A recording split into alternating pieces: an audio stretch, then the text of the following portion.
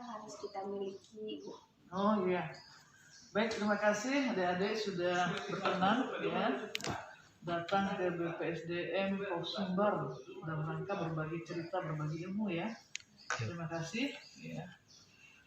Perkenalkan, nama saya Herita Dewi, kebetulan sebagai Ketua Asosiasi Profesi Widyasuara Indonesia. Nah, jabatan widyasuara itu adalah jabatan fungsional, ya, yang tugasnya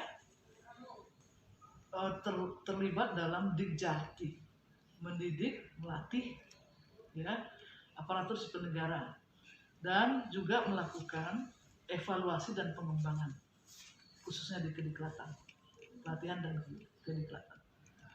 Nah, kompetensi yang harus dimiliki oleh widyasuara, karena yang diajar itu adalah para aparatur, para pejabat negara, maka kompetensi yang paling utama sekali itu adalah pengalaman di lapangan sebagai pejabat negara, sebagai aparatur. Nah, kemudian hal yang mendasar juga, dia harus mempunyai kemampuan untuk melakukan proses pembelajaran orang dewasa, atau sekarang lebih keren itu pedagogi. Ya. Nah, bagaimana dia mampu mentransfer, ya, transfer knowledge-nya ke peserta, itu tidak terlepas dari pengalaman dia selama di menjadi pejabat. Ya, ditambah lagi dengan konsentrasi atau keahlian di bidang tugas masing-masing secara teknis dan kepemimpinan. Jadi itu yang harus dimiliki oleh seorang widyasuara.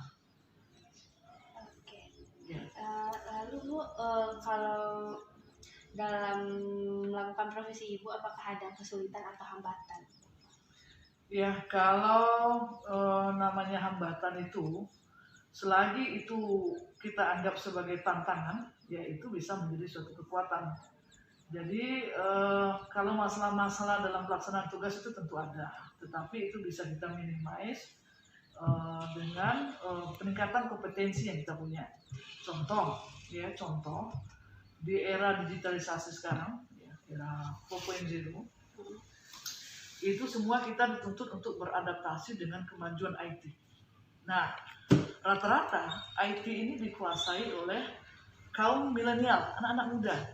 Nah, proses atau metode pembelajaran yang widyasuara ajarkan kepada aparatur tentu harus mengadaptasi, ya, kemajuan-kemajuan itu tadi, karena mereka juga berasal dari pelatihannya juga diperuntukkan bagi mereka yang CPNS. Jadi boleh dikatakan yang baru tamat, yang mempunyai tingkat IT dan analisis yang cepat. Nah, kami widyasuara harus berpacu dengan itu untuk menjawab tantangan itu. Harus menguasai penggunaan IT dalam metode pembelajaran. Ya, sekarang kan belajarnya main virtual, main daring. Jadi kami widyasuara dituntut untuk mampu mengelaborasi, ya, metode pembelajaran yang menggunakan IT tadi.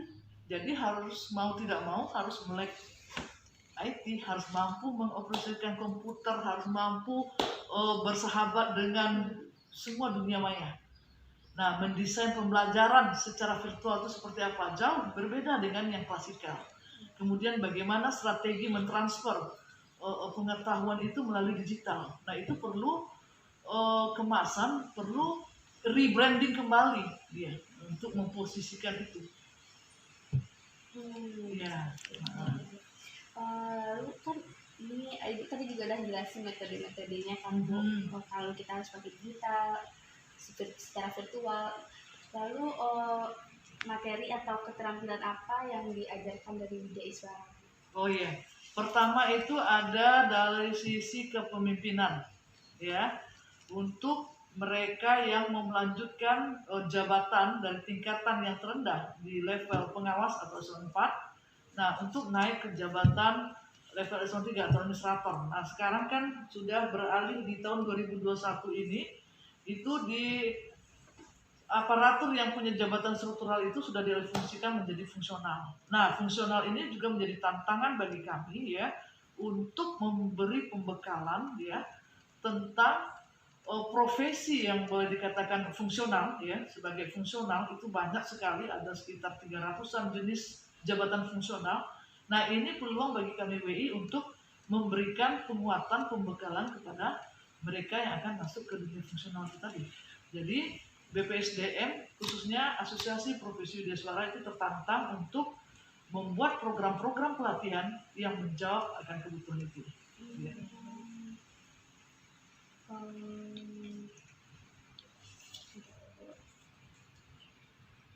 Kan ini Ibu jelasin program-program aja apa aja. Oh iya, tadi sebentar. Tadi ada kepemimpinan, ada teknis, ada bidang teknis ya. Bidang teknis itu seperti penatausahaan keuangan, kemudian seperti pengadaan barang jasa, seperti revolusi mental, wawasan kebangsaan, penataan naskah dinas dan sebagainya. Itu yang teknis. Nah, itu kami membuat itu dalam rangka menjawab kebutuhan-kebutuhan yang ada di lapangan. Nah, kalau yang kepemimpinan itu tadi untuk pejabat yang mempunyai jabatan struktural. Nah, paling tidak di jabatan struktural itu mereka mempelajari ya, berbagi pengalaman dan menimba kompetensi mereka dalam hal kepemimpinan. Bagaimana dia mampu memanage ya, sumber daya yang ada ya untuk mencapai karirnya yang lebih bagus lagi. Kalau misalnya dalam proses pembelajarannya itu seperti apa Bu? Misalnya kan ini kan ada perencanaannya, kan pelaksanaan itu tentang seperti apa? Oh iya, nah kita Widya Suara ini di bawah binaan lembaga administrasi negara. Nah untuk itu peningkatan kompetensi WI itu memang harus selalu dilakukan ya di bawah pembinaan Lantadi dan BPSDM itu sebagai lembaga yang mempunyai kewenangan untuk itu. Jadi bagaimana meningkatkan kapasitas WI itu sangat di backup atau didukung penuh oleh BPSDM. BPSDM itu Badan Pengembangan Sumber Daya Manusia. Jadi di BPSDM itu sebagai lembaga pelatihan ada jabatan fungsional, ada yang kalau misalnya pada program yang diajarkan oleh Widya Suara ini apakah ada peserta didik yang disabilitas? Oh ada. Nah ini dalam rangka pengarusutamaan gender ya, pengarusutamaan gender yang mana setiap program dan kegiatan itu harus mampu memberikan kemanfaatan bagi semua unsur ya. Jadi kita bicara ya, ada yang dalam tataran normatif, ada yang boleh dikatakan untuk teman-teman kita yang membutuhkan pendampingan. Contohnya kemarin waktu 2020 penerimaan CPNS ada yang disabilitas. Nah kami BPSDM dan Widya Suara membuat semacam pola pembelajaran yang betul-betul sesuai dengan kebutuhan mereka. Jadi dibedakan maksudnya ya diberikan sesuai dengan kebutuhan dan kepentingan itu apa. Jadi mereka mendapatkan hak yang sama dengan teman-teman yang lain, nah, tidak merasa diasingkan, tidak merasa kesulitan ya. Nah itu sudah kami lakukan.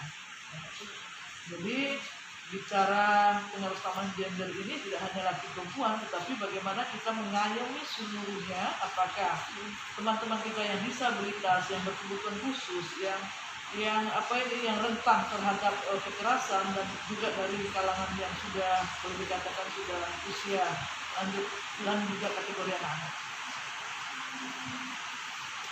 Kalau boleh tahu Bu, programnya kalian di sini udah dilakukan dari tahun berapa ya Bu? Oh iya, kalau untuk Ibu kan kami kan baru transformasi ini. Kalau dulu namanya Ikatan Widya Suara Indonesia IWI. Kalau sekarang semenjak kongres di Jakarta kemarin di bulan September 2020 itu transformasi menjadi APWI, Asosiasi Profesi Widya Suara Indonesia. Asosiasi Profesi Widya Suara Indonesia. Di Sumatera Barat ini ada 11 OPD ya, lembaga pelatihan, ada 11 lembaga pelatihan yang bergabung dalam APWI ini. Baik itu lembaga pelatihan yang vertikal seperti di LPMP itu gabung ke APWI ya. Kemudian baru kemarin mungkin dia berubah fungsi ya. Kemudian ada Kementerian Sosial, ada Kemenak yang vertikal ya, Kemenak. Kemudian ada BKKBN. Nah, itu yang dari tingkat pusat. Kemudian yang di bawah pemerintah provinsi itu ada BPSDM, ada Bapelkes Kesehatan, ada koperasi, ya, pelatihan koperasi, kemudian ada pertanian, kemudian ada BKPSDM Kota Padang. Jadi jumlahnya 95 orang yang tergabung dalam Asosiasi Profesi Widya Suara. Jadi APWI dengan dia sudah berbadan hukum karena merupakan satu-satunya asosiasi profesi widya suara, tempat berkumpulnya para widya suara. Nah, itu bisa melaksanakan pelatihan atau peningkatan kapasitas apakah bagi instansi pemerintah maupun yang lainnya, swasta dan lembaga lainnya. Nah, kami siap dengan berbagai program, ya, karena dari 11 unit tadi itu sudah terkumpul para ahlinya, ya, terutama di bidang teknis. Mereka sudah mempunyai kompetensi yang sudah tersertifikasi, sudah ada standar kompetensi kami sebagai widya suara. Nah, di widya suara itu ada tingkatannya. Ada tingkatan pertama, ada muda, ada madya, dan sampai utama. Nah, kalau utama itu untuk mereka yang pangkat golongannya sudah 4C ke atas. Jadi D sama E itu sudah masuk utama. Kalau 4A sampai 4C itu termasuk madya. Ya, jadi ada level tingkatannya. Nah, untuk mereka bisa naik level itu melalui uji kompetensi, ya, ada uji kompetensinya juga, dan masa kerja tentu sudah pasti. Kemudian dari angka kredit. Jadi kinerja widya suara itu dinilai dari pencapaian angka kredit, sama dengan jabatan fungsional lainnya. Angka kredit.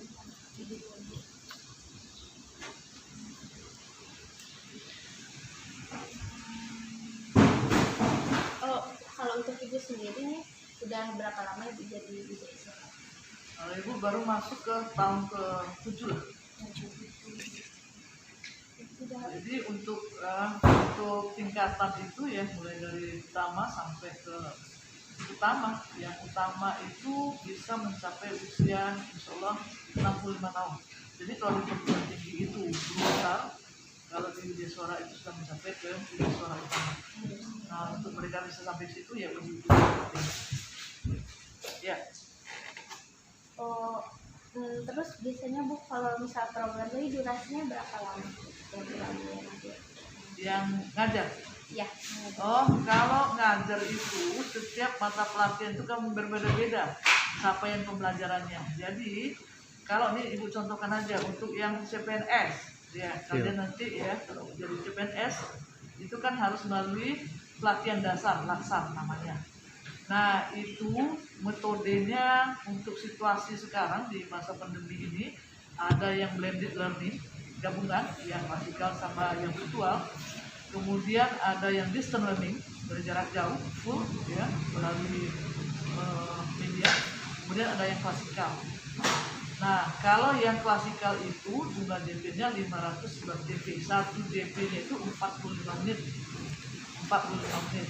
Dan mata pelatihan yang ada sama laksar itu ada 4. Yang pertama itu untuk pembentukan sikap perilaku.